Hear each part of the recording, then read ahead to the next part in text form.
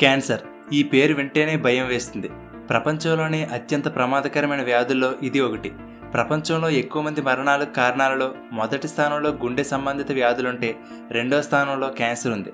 ప్రపంచవ్యాప్తంగా జరిగే ప్రతి 6 మరణాలలో ఒకటి క్యాన్సర్ వల్లనే. మూవీ థియేటర్లలో మూవీ స్టార్ట్ అవుతున్నప్పుడు వచ్చే యాడ్ చూస్తే క్యాన్సర్ ఎంత భయంకరంగా ఉంటుందో అర్థమైపోతుంది. తల నుండి పాదాల వరకు మన బాడీలో ఏ పార్ట్లో అయినా ఈ క్యాన్సర్ రావచ్చు. ఈ క్యాన్సర్ అనేది ఏదో వైరస్, బ్యాక్టీరియాల ద్వారా బయట నుండి వచ్చే వ్యాధి కాదు, మన బాడీలోనే పుట్టి పెరిగే వ్యాధి. అలాంటి క్యాన్సర్ వ్యాధి గురించి ప్రతి ఒక్కరూ తెలుసుకోవాల్సిన అవసరం ఉంది. కాబట్టి ఈ వీడియోలో అసలు క్యాన్సర్ అంటే ఏమిటి, ఎందుకు వస్తుంది, రాకుండా ఉండాలంటే ఏం చేయాలి, క్యాన్సర్కి ట్రీట్మెంట్ ఉందా, క్యాన్సర్ ట్రీట్మెంట్లో ఒకటైన కీమోథెరపీ అంటే ఏమిటి, ఎందుకు కీమోథెరపీకి భయపడతారు, ఇలా క్యాన్సర్ గురించి కంప్లీట్గా ఈ వీడియోలో తెలుసుకుందాం. కాబట్టి ఈ వీడియోని పూర్తిగా చూడండి, అలాగే మీ ఫ్రెండ్స్ అందరికీ షేర్ చేయండి. మన అందరి జీవితాలు ఒకే ఒక కణంతో మొదలై ఆ 1 2గా, 2 4గా, 4 8గా పెరుగుతూ కొన్ని లక్షల కోట్ల కణాలుగా, ఆ కణాలన్నీ కలిసి టిష్యూస్గా అంటే కణజాలంగా, ఆ టిష్యూస్ అవయవాలుగా, ఆ అవయవాలు కలిసి ఈ మానవ శరీరంగా ఏర్పడింది. మన బాడీలో ఉండే ప్రతి సెల్కి అంటే కణానికి మధ్యలో న్యూక్లియస్ అంటే కేంద్రకం ఉంటుంది. మనకు మెదడు ఎలాగో ఈ సెల్కి న్యూక్లియస్ అలా. ఒక సెల్ ఎంతవరకు పెరగాలి, ఆ సెల్ ఎలా బిహేవ్ చేయాలి, ఎప్పుడు డివైడ్ అవ్వాలి, ఆ సెల్ ఎప్పుడు చనిపోవాలి అనే మొత్తం ఇన్స్ట్రక్షన్స్ అన్ని డిఎన్ఏ రూపంలో ఈ న్యూక్లియస్లో ఉంటాయి. డిఎన్ఏ ఒక బుక్ అనుకుంటే జీన్స్ అనేవి దానిలోని చాప్టర్లు. బాడీలోని ప్రతి కణం ఎలా పనిచేయాలనే ఇన్స్ట్రక్షన్స్ ఈ జీన్స్ రూపంలో ఉంటాయి. బాడీలోని ప్రతి సెల్ వీటిని ఫాలో అవుతుంది కాబట్టి మొత్తం కంట్రోల్లోనే ఉంటుంది. అయితే ఒక సెల్ డివైడ్ అవుతున్నప్పుడు అంటే 2గా విభజన చెందుతున్నప్పుడు ఒక కణంలో ఉండే జీన్స్ వేరే కణంలోకి కూడా కాపీ అవుతాయి. అయితే ఒక్కొక్కసారి కెమికల్ వలన కానీ, రేడియేషన్ వలన కానీ, చుట్టుపక్కల ఎన్విరాన్మెంట్ కానీ, లేదా అసలు ఏ కారణం లేకపోయినా సరే బాడీలోని సెల్స్ డివైడ్ అవుతున్నప్పుడు డిఎన్ఏలో మార్పులు రావడం లేదా డ్యామేజ్ అవడం జరుగుతుంది. దీనినే మ్యూటేషన్ అని అంటారు. ఇలా ఒక సెల్ డివైడ్ అవుతున్నప్పుడు దాదాపు 1,20,000 మిస్టేక్స్ జరుగుతాయి. ఇలా జరిగిన కొన్ని మిస్టేక్స్ వలన మనకు మంచి జరుగుతుంది, కొన్నిటి వలన ఎటువంటి ప్రమాదం ఉండదు, కానీ కొన్ని మిస్టేక్స్ వలన ప్రమాదం ఉంటుంది. ఇలా మ్యూటేషన్ జరిగినప్పుడు ఆ సెల్ దానిని గుర్తించి సెల్ డివిజన్ అవ్వకముందే దానికదే రిపేర్ చేసుకుంటుంది. ఒకవేళ రిపేర్ చేసుకోలేకపోతే ఆ సెల్ దానంతట అదే చనిపోతుంది. సింపుల్గా చెప్పాలంటే సూసైడ్ లాంటిదన్నమాట. కానీ ఒక్కొక్కసారి ఇవి రిపేర్ అవ్వకుండానే డివైడ్ అయిపోతాయి. ఇలా మ్యూటేషన్తో ఉన్న సెల్ కనుక డివైడ్ అయిపోతే ఆ సెల్ తనని తాను చంపుకునే గుణాన్ని కోల్పోతుంది. ఇటువంటి సెల్నే క్యాన్సర్ సెల్స్ అని అంటారు. ఇక ఈ సెల్ చనిపోవడం ఉండదు, నాన్ స్టాప్గా డివిజన్ అయిపోతూ క్యాన్సర్ సెల్స్ సంఖ్య చాలా ఫాస్ట్గా విపరీతంగా పెరిగిపోతుంది. బాడీలోని మిగిలిన నార్మల్ సెల్స్ అన్నీ కంట్రోల్లో ఉంటాయి, ఎంతవరకు డివైడ్ అవ్వాలి, ఎప్పుడు చనిపోవాలి అని. కానీ ఈ క్యాన్సర్ సెల్స్ అలా కాదు, అబ్నార్మల్గా బిహేవ్ చేస్తాయి. వాటి గ్రోత్ని అవే స్టిమ్యులేట్ చేసుకుంటాయి. ఈ క్యాన్సర్ సెల్స్ పక్కన ఉన్న కణాలు కూడా వాటి కంట్రోల్లోకి తీసుకుంటాయి. చివరికి ఇమ్యూన్ సిస్టమ్ కూడా వాటిని ఏమీ చేయలేనంతగా తయారవుతాయి. మరి ఇవి పెరగడానికి చాలా ఎనర్జీ, రీసోర్సెస్ కావాలి కదా.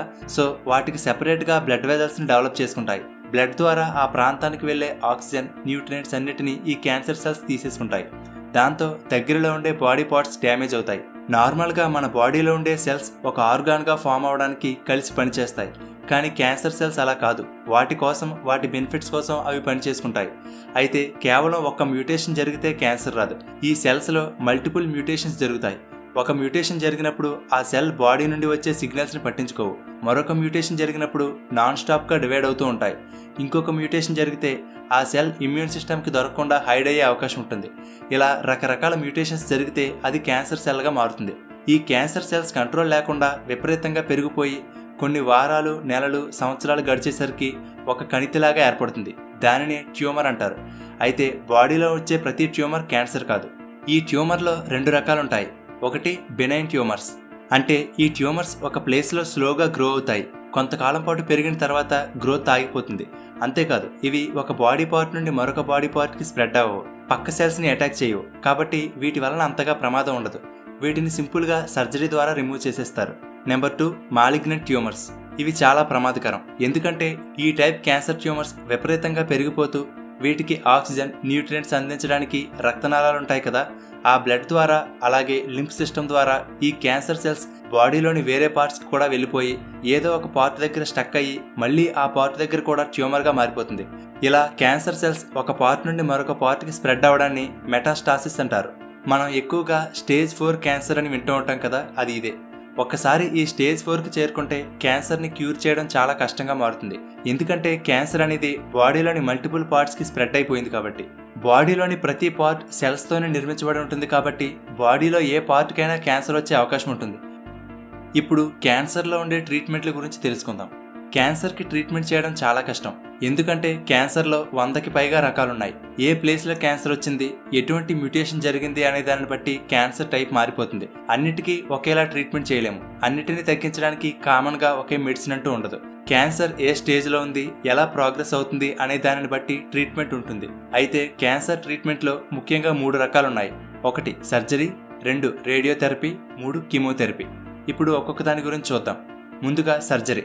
బాడీలో ఏదైనా ఒక ప్లేస్లో ట్యూమర్ స్లోగా గ్రో అయితే సర్జరీ ద్వారా దానిని తొలగిస్తారు.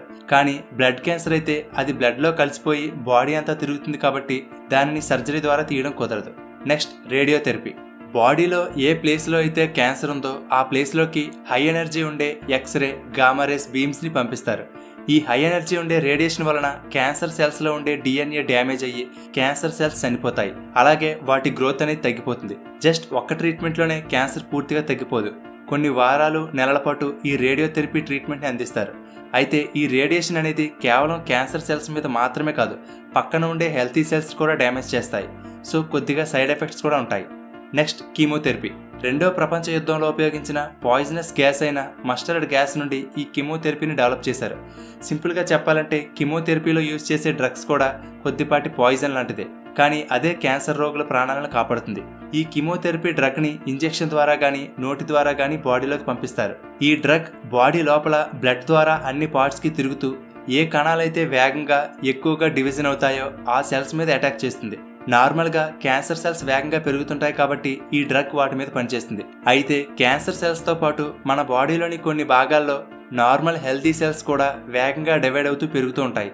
ఉదాహరణకి bone marrow, digestive system, hair follicles వంటి భాగాలు. కానీ కీమోథెరపీ డ్రగ్కి క్యాన్సర్ సెల్స్కి నార్మల్ హెల్తీ సెల్స్కి డిఫరెన్స్ తెలియదు కాబట్టి ఈ హెల్తీ సెల్స్ని కూడా అది డ్యామేజ్ చేస్తుంది. అందుకే కీమోథెరపీ చేయించుకున్న వారికి హెయిర్ ఊడిపోవడం, స్కిన్ ర్యాషెస్, వెయిట్ లాస్ అవ్వడం జరుగుతుంది. అలాగే బాగా అలసిపోవడం, వికారం, వాంతులు వంటి సైడ్ ఎఫెక్ట్స్ కూడా ఉంటాయి. ఆ పర్సన్ బాగా వీక్ అయిపోతారు. కీమోథెరపీతో పోల్చితే రేడియోథెరపీ వల్ల సైడ్ ఎఫెక్ట్స్ తక్కువగా ఉంటాయి. ఎందుకంటే రేడియోథెరపీలో కేవలం ఏ పార్ట్లో అయితే క్యాన్సర్ ఉందో ఆ ప్రాంతానికి మాత్రమే రేడియేషన్ని పంపిస్తారు. కానీ కీమోథెరపీలో డ్రగ్ బాడీలోని ప్రతి పార్ట్కి చేరుకుంటుంది కాబట్టి సైడ్ ఎఫెక్ట్స్ ఎక్కువగా ఉంటాయి. అలాగే వీటితో పాటు క్యాన్సర్కి హార్మోన్ థెరపీ, ఇమ్యూనోథెరపీ వంటి ట్రీట్మెంట్స్ కూడా ఉన్నాయి. అయితే ఈ క్యాన్సర్ని ఎంత త్వరగా గుర్తిస్తామో దానికి ట్రీట్మెంట్ కూడా అంత సింపుల్గా ఉంటుంది, త్వరగా క్యూర్ అవుతుంది. కానీ క్యాన్సర్ అనేది చాలా సైలెంట్గా మన బాడీలో పెరిగిపోతుంది. అది ఉన్నట్టు కూడా చాలా కాలం పాటు మనకు తెలియదు. కాబట్టి ఏ కారణం లేకుండా సడన్గా బరువు తగ్గడం, ఆగకుండా దగ్గు కంటిన్యూస్గా రావడం, బాడీ మీద ఏవైనా మచ్చలు ఏర్పడి అవి పెరుగుతూ ఉండడం వంటి లక్షణాలు ఏమైనా కనిపిస్తే ఒకసారి చెక్ చేయించుకోవడం మంచిది. అయితే అసలు క్యాన్సర్ రావడానికి గల కారణాలు ఏంటి, రాకుండా ఉండాలంటే ఏం చేయాలో చూద్దాం. క్యాన్సర్ రావడానికి మెయిన్ రీజన్ డిఎన్ఏలో జరిగే మ్యూటేషన్ అని చెప్పుకున్నాం. మరి డిఎన్ఏ మ్యూటేషన్ ఎందుకు జరుగుతుందంటే first and main reason smoking. ప్రతి 5 క్యాన్సర్ మరణాలలో 1 స్మోకింగ్ వల్లనే. అంటే స్మోకింగ్ ఎంత డేంజరో అర్థం చేసుకోవచ్చు. అంతేకాదు స్మోకింగ్ ఒక్కటే 16 రకాల క్యాన్సర్లు కారణం అవుతుంది. పొగాకులో ఉండే కెమికల్స్ సెల్స్లో ఉండే డిఎన్ఏ మీద ఎఫెక్ట్ చూపిస్తుంది. ఒక్క స్మోకింగ్ చేస్తే lungs, mouth, throat, pancreas, bladder, kidney ఇలా అన్నిటి మీద అది ఎఫెక్ట్ చూపిస్తుంది. అంతెందుకు స్మోకింగ్ చేయకపోయినా చేసే వాళ్ళ పక్కన ఉన్న ఆ పొగ పీల్చడం వల్ల కూడా క్యాన్సర్ రావచ్చు. స్మోకింగ్ చేసే వాళ్ళ పక్కన ఉండడం వల్ల లంగ్ క్యాన్సర్ వచ్చే అవకాశం 20 to 30% ఎక్కువగా ఉందట. కాబట్టి స్మోకింగ్కి దూరంగా ఉండండి. దీనితో పాటు ఎక్కువగా ఆల్కహాల్ తీసుకోవడం, విషపూరితమైన గ్యాసెస్ని ఎక్కువగా పీల్చడం, ఎక్కువ పెస్టిసైడ్స్ యూజ్ చేసే ఆహారం తినడం, ఎయిర్ పొల్యూషన్ ఎక్కువగా ఉండే ప్రాంతాల్లో నివసించడం, ఫిజికల్ యాక్టివిటీ లేకపోవడం, సరైన డైట్ మెయింటైన్ చేయకపోవడం కూడా క్యాన్సర్ రావడానికి కారణం అవుతుంది. ముఖ్యంగా ఎక్కువగా సన్లైట్కి ఎక్స్పోజ్ అవ్వడం కూడా ప్రమాదకరమే. సూర్యుడి నుండి వచ్చే యూవీ రేడియేషన్ మన జెనెటిక్స్ని డ్యామేజ్ చేయగలవు. మీరు ఇక్కడ చూస్తున్నారు కదా, ఇతను ఒక లారీ డ్రైవర్. చాలా సంవత్సరాల పాటు లారీ నడిపాడు. అయితే ఆ డ్రైవింగ్లో భాగంగా ఇతనికి ఒకవైపు ఎక్కువగా ఎండ తగిలేది. దానివల్ల అతని ఫేస్లో ఎండ తగిలిన వైపు ఎలా పాడైపోయిందో ఈ ఫోటోలో చూడవచ్చు. సో ఎండ ఎంత డేంజరో అర్థం చేసుకోవచ్చు.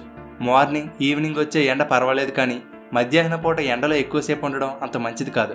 ఒకవేళ తప్పక ఎండలోకి వెళ్ళవలసి వస్తే స్కిన్ని క్యాప్తో లేదా క్లాత్తో కవర్ చేసుకోవాలి, లేదా సన్ స్క్రీన్ లోషన్ అప్లై చేసుకోవాలి. అలాగే జంక్ ఫుడ్స్, ఎక్కువ కాలం నిల్వ చేసే ప్యాకేజ్డ్ ఫుడ్స్కి దూరంగా ఉండండి. వీటిలో వాడే కెమికల్స్ క్యాన్సర్కి కారణం అవుతాయి. అలాగే మన డైట్లో వెల్లుల్లి, berries, tomatoes, broccoli, cabbage, cauliflower, పసుపు, carrots, beans, nuts, green tea ఇవన్నీ కూడా క్యాన్సర్ రాకుండా కాపాడే ఫుడ్స్. కాబట్టి వీటిని డైట్స్లో ఎక్కువగా ఉండేలా చూసుకోవాలి. ఈ జాగ్రత్తలన్నీ తీసుకుంటే క్యాన్సర్ వచ్చే రిస్క్ని తగ్గించుకోవచ్చు. ఈ క్యాన్సర్ అనేది ఏదో అలా వచ్చి వెళ్ళిపోయే జ్వరం, తలనొప్పి లాంటిది కాదు. వచ్చిందంటే ఆ బాధ వర్ణించలేం. కాబట్టి ఇలాంటి వ్యాధులు రాకుండా జాగ్రత్తలు తీసుకోవాలి. సో ఇది ఫ్రెండ్స్, క్యాన్సర్ గురించి పూర్తిగా అర్థమైంది అనుకుంటున్నాను. ఓకే ఫ్రెండ్స్, ఈ వీడియో మీకు నచ్చితే లైక్ చేయండి. అలాగే మీ ఫ్రెండ్స్ అందరికీ షేర్ చేయండి. Thank you for watching.